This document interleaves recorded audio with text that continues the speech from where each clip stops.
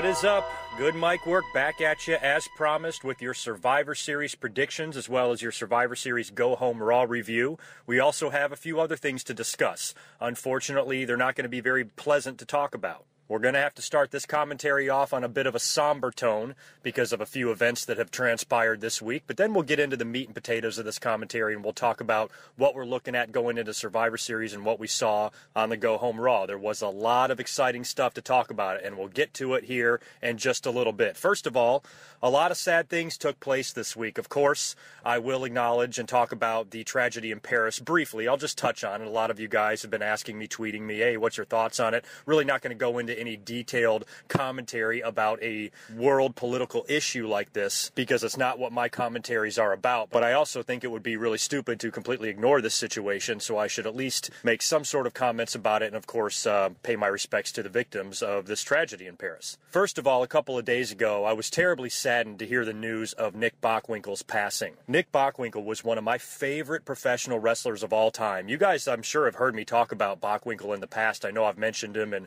previous Q&As throughout the years, and you guys know how much I respect him and how many fond memories I have of the AWA territory. It's really one of the places where I got my start, where I first laid eyes on professional wrestling was a lot of AWA stuff, and I have a lot of fond memories of Nick Bockwinkel and Ray Stevens and Bobby Heenan and Vern Gagne and all those guys there. It's just a very big part of who I am as a wrestling fan, especially in my childhood when I was just a very, very, very young person. You know, those are some of my first flashbulb memories are of those guys. And so, you know, every now and then we get hit with so many deaths these days in wrestling. Already this year, we've had 3 legends die on us, Nick Bockwinkel, Dusty Rhodes, and Rowdy Piper. And I swear, about 1 out of 5 of these really hit me harder or hit me more differently because I just think back to the personal memories I have of the person that passed away. And some of these are a little bit more hard to swallow than others. And I really was saddened by Piper and Dusty Rhodes and Nick Bockwinkel. And it's just like this time, instead of being 1 out of 5, it's like boom, boom, boom. I got hit with 3 in a row.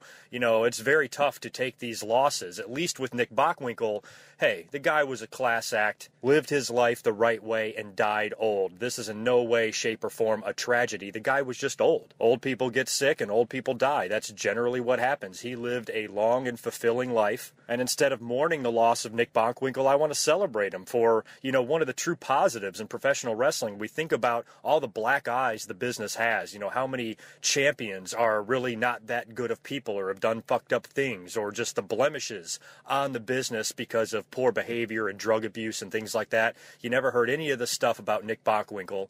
He carried himself on television and in his personal life in a very professional manner. He was very classy and very distinguished looking, always very intelligent, articulate. He could do so much verbally and physically. He was a man's man and a champion's champion, and I have the utmost respect for him. And I'm just happy that, you know, when we look back at the career of somebody like Bockwinkel and when someone like him passes away, we can say, wow, that's a guy wrestling can be proud of. The WWE Hall of Fame isn't exactly loaded with angels, you know, and Nick Bockwinkel is one of these people that you look back on fondly and you look back on with pride as a wrestling fan, and you're proud to be a fan of his and proud what he gave and contributed to the wrestling business. So in my heart, I'm going to truly miss Nick Bockwinkel. Not only was he one of the people that started getting me hooked on wrestling to begin with, he inspired so many wrestlers' careers as well. You know, everybody talks about superstar Billy Graham back in the 80s, how many careers that he influenced as far as his look and his charisma, you know, and how he was carrying himself. Nick Bockwinkel, I dare say, was the same way. Very clean, rarely raises his voice, and just gets his point across like a normal fucking human being instead of an animal. And a lot of guys try to pattern themselves after that. And then on top of that, when you combine the fact that he was a heel, that he could look down on people, and he was snotty, and he was pretentious and pompous, you know, and he could really get under your skin and rub you the wrong way. And Bockwinkel is definitely probably one of the top 10 champions of all time. Not top 10 greatest professional wrestlers or more successful or any of that other stuff. I'm talking about champions, guys who carried their title, had long title reigns. He held the belt, you know, 5 years at one point, I think, in the AWA. And he was, you know, he was pretty much side by side in bed with the AWA and Vern Gagne. And the two of them, between the two of them, they held that title for decades. He was every bit as important to the success of the AWA as Vern Gagne himself was, and he deserves a lot of credit for that. He had a hell of a run there in the AWA, including a great run as tag team champions with Ray Stevens. I've talked about Stevens in the past, too. Ray Stevens is probably my favorite wrestler of the 70s era. I love going back and watching his matches. So rest in peace, Nick Bockwinkel. My condolences goes out to your family and friends. You have the undying support and respect of this wrestling fan, that's for sure. He meant a whole hell of a lot to me. Moving on to some other news. Before we get to another somber subject, let me just talk about really quickly the UFC 193 pay-per-view, something that you guys have all been demanding that I speak about. Ronda Rousey got knocked the fuck out. Jesus, she got destroyed. I mean, it gave me nightmares. I could not believe how bad of a beatdown that was. Could you? They put her in the ring with this boxer, Holly Holm, who's a pretty big, tough-looking chick. But, of course, she was supposed to stand no chance. The Vegas odds were, a zillion to 1 in Ronda's favor. No chance she loses this match. It was just a matter of how quickly it was going to take her to beat this bitch. And, oh, my God, did she get pounded. I mean, this was literally a squash. It reminded me of Brock Lesnar against John Cena at SummerSlam. I mean, she was getting punched directly in the face. Just to watch her be so dominant, and then also to watch her laying there, battered and bruised in a pool of her own blood and not knowing where the fuck she is, completely blew my mind. It was the Undertaker losing level of shock. And I honestly was sad because I love Ronda Rousey. A lot of people don't like her totally. They say, oh, she had it coming. She's disrespectful. She talks a lot of shit. She doesn't touch gloves before fights. And she's a little bit brash, and she definitely is that way, and that's her style. But I still like her. I thought she was a pretty good representation of the UFC. She made them a lot of money. She's a great inspiration to women that want to, for some reason, get into this fucking line of work. But, she's an inspiration to them and an inspiration to women all over the world just for how hard she works and how she's crossing lines. And not only is she a tough, ass-kicking, brutal beast, she's also a very beautiful, elegant woman at the same time. So, a lot of people looked up to her and had a lot of respect for her. I do. I did not want her to lose. I think Ronda Rousey's awesome. I like the fact that she's in the public eye. I think she's fun to watch and entertaining, and she's one of the few celebrities that I actually don't mind when I see her on TV or make an appearance. She's getting movie deals. She's going to be in that Roadhouse movie. We were hoping she was going to do something with WWE at WrestleMania 32, but that kind of falls flat now because she's not as dominant as she was going to be had she continued to slaughter these women going into WrestleMania 32. So I think Rousey's got to come back and have a rematch here. They got to sign this match again, and that will be the big test because when you think about it, there's a lot of great fighters in the UFC, and I'm not even a huge UFC fan, and I don't know that much about it, but I even know that all of the legends there, the fighters that are the most respected and the most feared, have all lost multiple matches, so it's not uncommon to lose. Everybody has to lose, and champions all lose. They all fucking do. So Rousey was bound to get beat one of these days, but just to get beat in the fashion that she did, to be completely clueless looking out there. She didn't look like she knew what the fuck she was doing. She was missing everything. She was, I don't even want to talk fighting strategy with anybody, but she just looked so overmatched and completely out of her league, quite frankly. So for her to restore the reputation, she's got to come back and beat this woman and beat her at her own game, and unlike the game that she played in that fight. So I'm really excited. That's going to be a huge, imagine that. They already had, 75,000 people there in Australia to watch that one. Imagine what the rematch is going to draw because, that's got to be, I don't know if Rousey will have a fight in between there or whatever, but wow, that was pretty shocking. So congrats to Holly Holm. I got nothing against her. She seems like a very nice woman. A lot of people like her. She seems like a relatively sweet girl, and she is one ass-kicking machine. And man, I don't even think you can compare that to Buster Douglas because, Buster, it was like the end of the fight when he knocked out Mike Tyson. This was just a beatdown. She just beat the shit out of Rousey. So unbelievable to watch. I actually did see the fight, and I was as shocked as everybody else was. But I'm also Team Ronda, and I hope she gets her shit together, gets back in the ring, and avenges this loss. I hope she wins the rematch when she comes back. And finally, before we get into the Go Home Raw and my Survivor Series predictions, unfortunately, I do just have to briefly touch on the tragedies and the terror attacks that took place in Paris a couple of days ago. Very sad and horribly frightening that we live in a world where fucked up shit like this goes on. The fact that we have to live in fear from a threat like this, I think, is horribly ludicrous in this day and age. You know, a lot of people handle things in different ways. I am really not your change my Facebook profile picture to the French flag type of guy. I'm sure as shit not a pray for Paris type of guy. I think the last thing we need in a situation like this is more religion. But at the end of the day, and any religious or political debates aside, my heart goes out to all the victims and the country of France and the city of Paris for what they went through. And this is horribly scary because I live in a big city. I live in a big city with a military presence right here in San Diego. And there is lots of things that I do that I am in large crowds of people. And it's definitely something to think about if you live in a big market. If you live in LA or New York or Chicago, you know, or a big city with lots of people, you know, you are a target. And it's definitely something to think about. And this is a scary time in this world's history because shit like this is still going on. It's 2015 and we still have delusional crazy people killing themselves and others because of a bunch of crazy beliefs that they are brainwashed into thinking is true. It's unbelievable, and it's really sad that humanity, you know, even has these problems.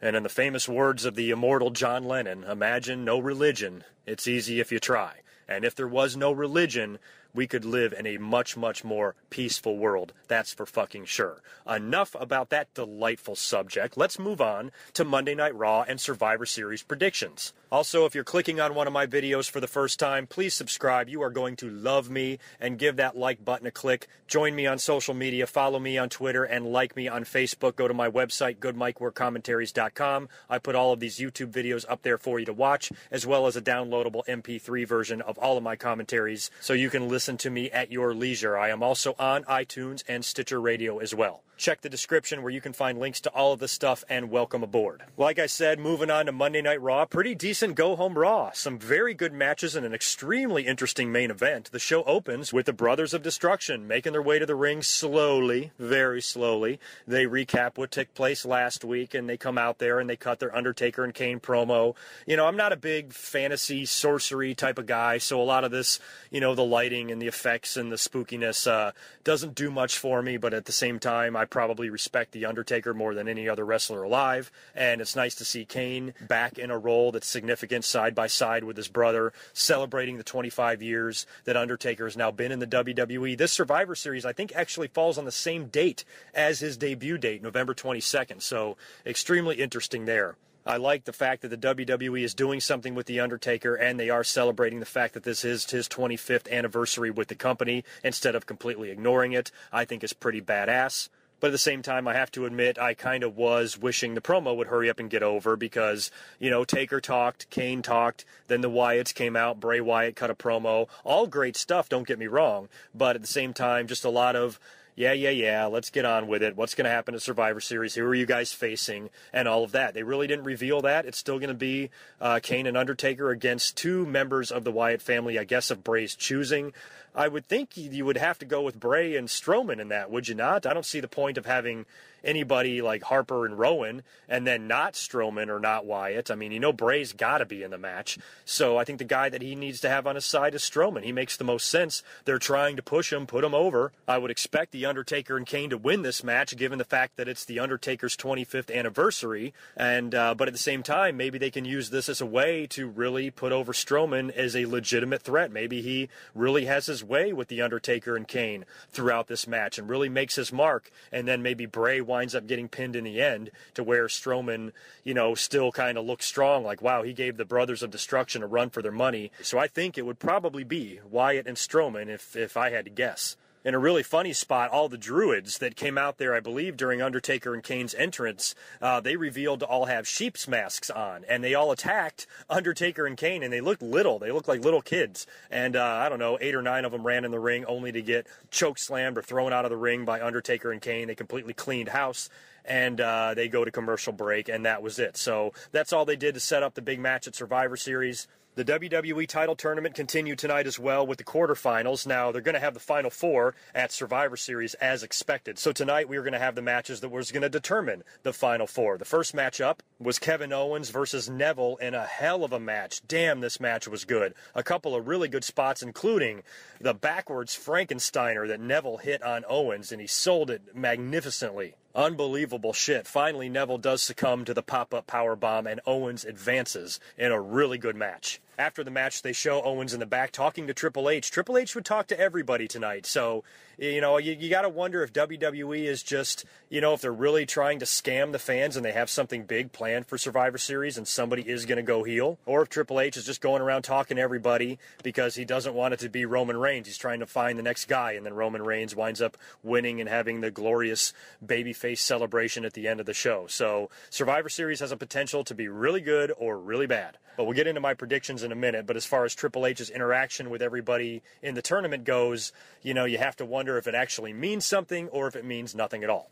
The next matchup, I think, was Tyler Breeze versus R-Truth. Somebody asked me if I still hate Tyler Breeze as much as I did the day he debuted. Absolutely, 100%. Fucking can't stand him. A lot of people say, hey, don't hate on the guy. Give him a chance. He's actually a good worker. You know what? No, I don't want to. I think that once a year, I get to abandon all logic and unconditionally hate someone for no reason at all. And I just don't like Tyler Breeze. I would prefer if this kid had a gimmick like, I don't know, like Brian Kendrick or someone like that. Or stick him in a tag team. A high-flying tag team or whatever, because he's actually really good in the ring. But it's the prancy and the feather boots and the selfie stick. I don't know. I just don't like that type of gimmick. It looks ridiculous. I don't understand men today, and certainly not men's fashion. That's why I'm glad I have a bald head. I look like Stone Cold Steve Austin. I'm just bald head with a goatee. I am so glad that I don't have hair, because if I did, there is no way I would be able to shave the sides of my head and then have it long on top like everybody is doing now, like Corey Graves or whatever. There is no way I could pull that off. I would look like a fucking idiot. So Tyler Breeze, just the way he is and his character, it's just hard for me to take him seriously. On top of that, he's so fucking small. He doesn't look like a wrestler. He just looks like an idiot. But he's doing his job. I mean, that's his job, right? To get under my skin. Oh my God, is this guy ever getting under my skin? I said on Twitter, he makes The Miz look like a lumberjack. The Miz is the guy out there wearing a fucking dress every week, and even he looks like more of a man than this fucker. So I don't know. I think it's kind of funny that I hate the guy as much as I do, because when I watch him wrestle, I'm like, yeah, he can go. But that gimmick of his also has to go one of these days. I want to see that go away. Next tournament matchup is Dolph Ziggler versus Dean Ambrose, and another really good match. And Ambrose got the win in this one, as we figured he might. A lot of us are wondering if we're going to see that Reigns and Ambrose final, and Ambrose is now one step closer to making that happen. He winds up beating Dolph Ziggler with the Dirty Deeds, and he will take on Kevin Owens at Survivor Series. We had a 6-man tag with all 3 members of New Day taking on the Usos and Ryback. Kind of a weird match. Ryback, I guess, got pissed and got himself disqualified, cost his team the match. He had the upset on SmackDown. He lost to Kalisto. I don't know what the story with that is. I don't know if this is an attempt to do something with Ryback in a storyline, but that match for me was really all about one thing, and that is the New Day, who is just over as shit. Hilarious. Just like I say every week, they went out there, they entertained the hell out of me, they had me cracking up. They're great. Big E, Xavier, Kofi, I fucking love you guys. You are the new Shield as far as I'm concerned. Next quarterfinal matchup was another good one. This was Roman Reigns taking on Cesaro. Now, I gotta say, fans that really get pissed about Cesaro, they never push him, they're burying him. I can almost see them trying something again with him now, because they talked a lot about Cesaro tonight. They even pointed out that he's leading the poll on WWE.com. They asked the fans who would they like to see win the WWE title, and Cesaro was beating everybody and beating them pretty significantly too. So the fans are supporting him. The WWE, it's not like they don't see it. They now see it and understand it. But I still did not see him beating Roman Reigns. I would have liked to see him maybe put in another part of the bracket. Maybe he could have gotten further in the tournament and had a match at Survivor Series. But I didn't expect him to beat Reigns if he was going to go one-on-one with him. But I also expected this match to be good, and I was really excited for it, and it did turn out to be good. Several "this is awesome" chants, lots of good spots, great near falls and close finishes and all of that stuff. Cesaro was hitting all of his moves. Reigns was hitting all of his moves. It was all looking good. Both of those guys did a fantastic job. I thought the match was awesome, and as expected, Roman Reigns finally did nail Cesaro with the spear and get the pin and advance to the semifinals at Survivor Series. Now, what I also liked is that there was a little bit of the show of respect. After the match, outside the ring, they shook hands, they hugged. You know, Cesaro is getting a lot of respect from the fans, standing ovation for the match and the effort by both guys. This is a situation where, yes, I know Cesaro has lost disappointing matches in the past, like that match he recently had with the Big Show, leading up to the Big Show's match with Brock. Yes, that's one of the instances where I was like, okay, that was a stupid loss. He shouldn't have lost that match. But this is one where I don't know if it hurts him. All it does is it makes the fans respect him more. You knew Reigns was going to go over in this match. There was no way Reigns is not going to be in the finals at Survivor Series. So unfortunately, we kind of knew who was going to win. But Cesaro had you guessing a couple times there. There was one time for sure where I thought he was actually going to pin Roman Reigns. So the match was fantastic. Good stuff by both guys. I think Cesaro, might actually get a chance. I don't know if he's going to be WWE champion. Not everybody can be WWE champion. I've made that argument before. Plus, Roman Reigns might be the guy WWE wants to go with leading into WrestleMania. So a world title, run by Cesaro is not something we're going to see in the immediate future. But him being a main solid player on the roster, I think, is something we're going to see in his future. And we're currently seeing it right now.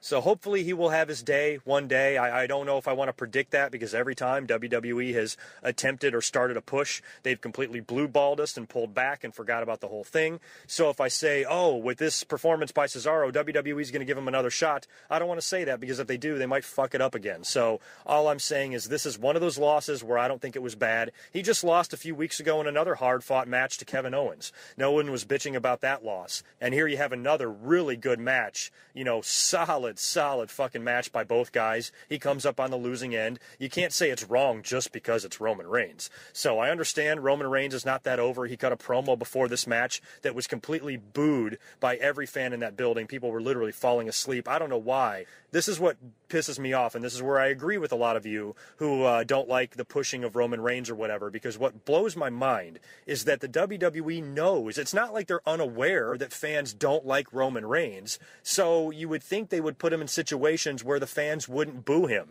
To have him come out there and cut a promo all by himself before his match with Cesaro about his dreams to become WWE champion and all of that shit, do they not understand that that's going to be completely booed? So if this is some grandmaster plan to eventually turn him heel at Survivor Series, then I say fine. I have no problem at all with this promo. But if WWE insists on making him a babyface and wants to pretend to not hear all the boos from the fans, then the last thing they needed to do was to send Roman Reigns out there to cut a promo all by himself. That's not going to do him any favors. I don't even think Roman Reigns is really that horrible on the mic. It's just, what's he going out there and saying anyway? What's he even cutting a promo for? He should be out there to compete and to advance in the tournament, and that's it. Make him the strong silent type where he can talk sometimes but not all the time. So to me it's just shit like that I don't understand why the WWE does. Now if it turns out that they turn him heel and he tells the fans to go fuck himself next week on Raw, then I think it's a great plan because he can reference back to this Monday. Next week on Raw when he comes out as a heel and he comes out as WWE champion, he can say,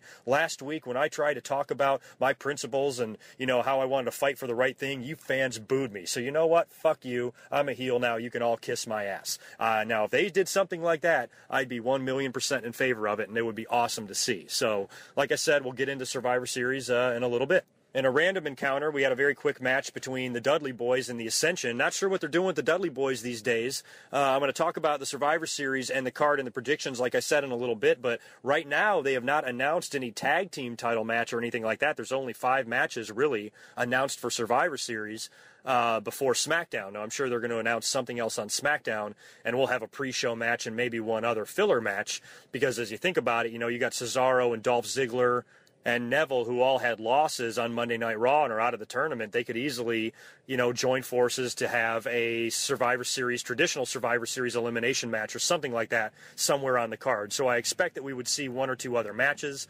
but right now we don't have that many. So I don't know if the Dudleys are going to work with the New Day again or whatever, but they did get the victory over the Ascension in a pretty quick match.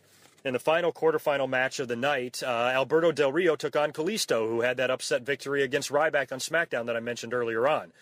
This match, we kind of had a feeling. I thought it would have been cool if Kalisto won just for shits and giggles, but that means Kalisto would have to face Roman Reigns, and that wouldn't be a very fair fight. I think Roman Reigns, if he's going to win and have this glorious moment, he has to have, an opponent that can hang with him. And I think Del Rio obviously can do a better job than Kalisto. Unless Kalisto took his mask off to reveal that he's really Rey Mysterio. How funny would that be? But that didn't happen. Still a pretty good match between these two guys. Alberto Del Rio did get the victory. I was concerned because I was like, shit, are they really going to put the Divas match or the Divas contract signing in the main event? And because if they weren't, that meant that Kalisto and Del Rio had to be in the main event. And I thought to myself, oh shit, what if John Cena makes an early return?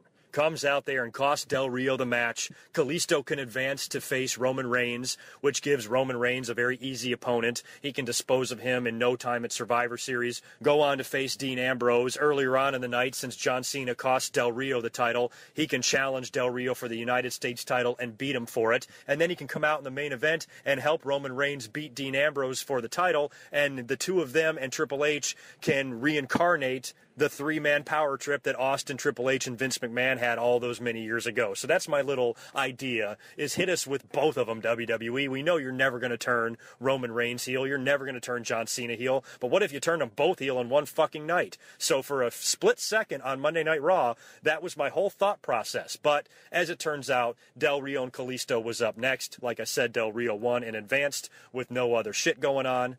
You have to expect that he'll give Roman Reigns a very solid match at Survivor Series and come up on the losing end. But let's move on to the main event. How about this? A contract signing for the Divas title is the main event of Raw. Can you believe that? Now, I mentioned last week with the way they were booking the Divas matches, they were booking them like men's matches. And I think this is very significant for the WWE. You have to understand right now, you have to realize what we've been through with the Divas for all these many years. After Trish Stratus, actually Trish Stratus is a great wrestler, and she's probably my favorite women's wrestler in the WWE ever. I always really liked her, but really, she came in as a model, and that really set the trend for other people like Tori Wilson and Stacy Keibler. WWE stopped going after women's wrestlers and started going after women's models, and then trying to put them in the ring and teach them to wrestle. And this went on for what, 10 or 11, 12 years? Finally, we're getting to the point now where WWE has trained and grown some fantastic female wrestlers that are not only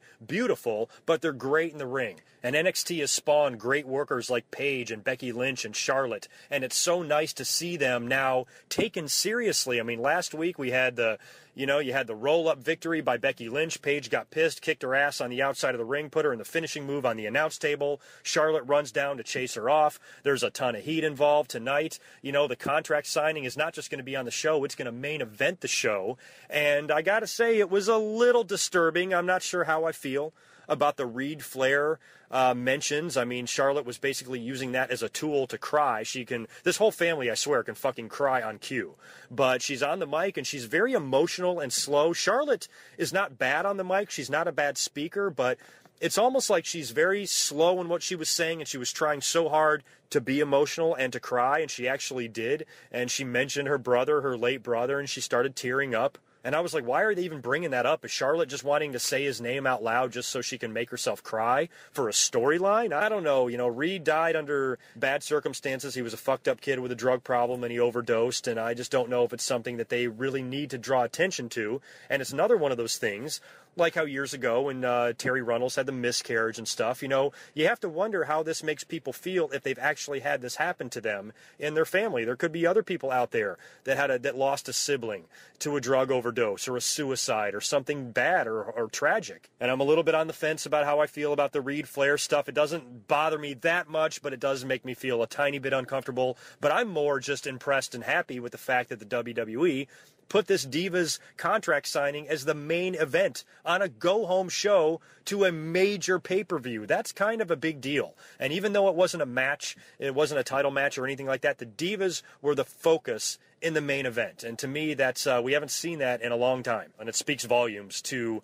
how seriously the WWE is now taking women's wrestling. And you know what? The next step is, I wish they would call it the women's title. I wish they would get rid of the term diva and completely abandon it. I hate it more than anything else on this fucking planet. I hate that belt. Now that you have actual women's wrestlers back in control of the women's division, you should refer to it as the women's division and not the fucking divas division. Now, at the same time, these girls, not only are they all very good in the ring, but they're all gorgeous, and so that's the thing. WWE did a really good job of finding women that not only fit the bill that they want as far as the hot supermodel stripper looking babe, but also girls that can work in the ring, where before all they had was the look. So we're basically getting the best of both worlds here, and I think the Divas division or the women's division is as good as truly it has ever been, if you really think about it. The Fabulous Moolah, Sensational Sherry, Alundra Blaze, they were all really just champions without challengers. This is a legitimate women's division, and I think it should be treated as such.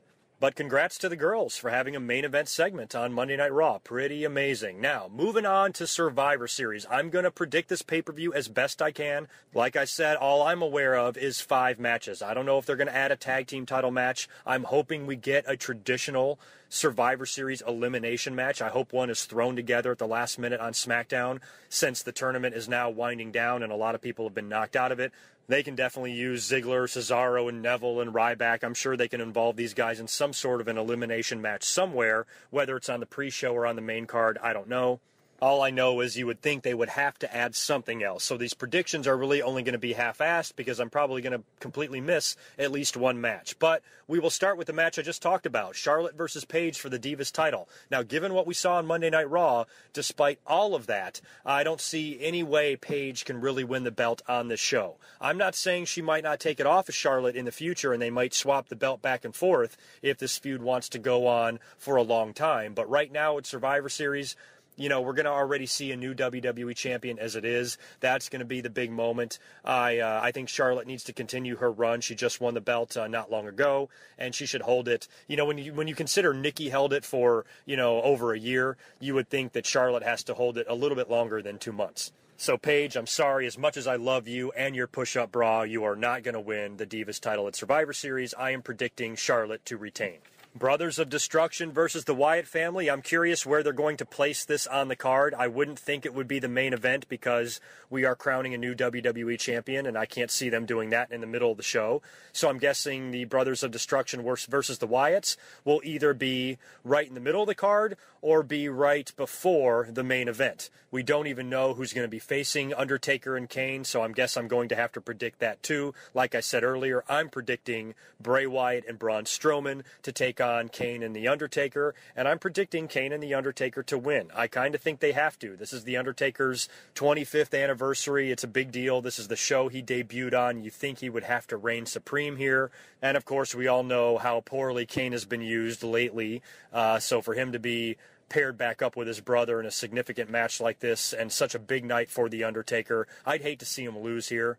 I'm sure WWE can book it in a way that this will not harm the Wyatt family in any way. So, Brothers of Destruction, I'm predicting to win this match, hands down. Now we're on to the WWE title tournament. We have the final 4 here. We're going to have Kevin Owens taking on Dean Ambrose, and we're going to have Roman Reigns taking on Alberto Del Rio. I do like the fact that the United States champion and the Intercontinental champion are both in the final 4. I mentioned in my last commentary that I wouldn't mind seeing Kevin Owens be the guy to take over for Seth Rollins and join the Authority and be the double champion. He can be the IC title holder and the WWE title holder, just like Seth Rollins held 2 belts a few months ago.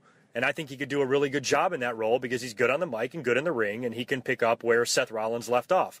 But most likely, Seth Rollins' reign was probably coming to an end anyway, so I really don't see him becoming WWE champion. But that doesn't mean he can't advance, but I don't know if the storyline calls for that either, because you think you would want to see Dean Ambrose and Roman Reigns. You just think that this is where WWE is going to go. And Kevin Owens is still Intercontinental champion. He doesn't need to win this match. He's got his own thing going here, so I'm going to predict that Dean Ambrose beats Kevin Owens and advances to the finals of the WWE title tournament. And the other match, again, same thing. How can you not pick anybody else other than Roman Reigns? Do you really expect Del Rio and Kevin Owens to be in the finals together, fighting for the WWE title? No. You know it's got to be Roman Reigns versus somebody, and most likely that somebody is going to be Dean Ambrose.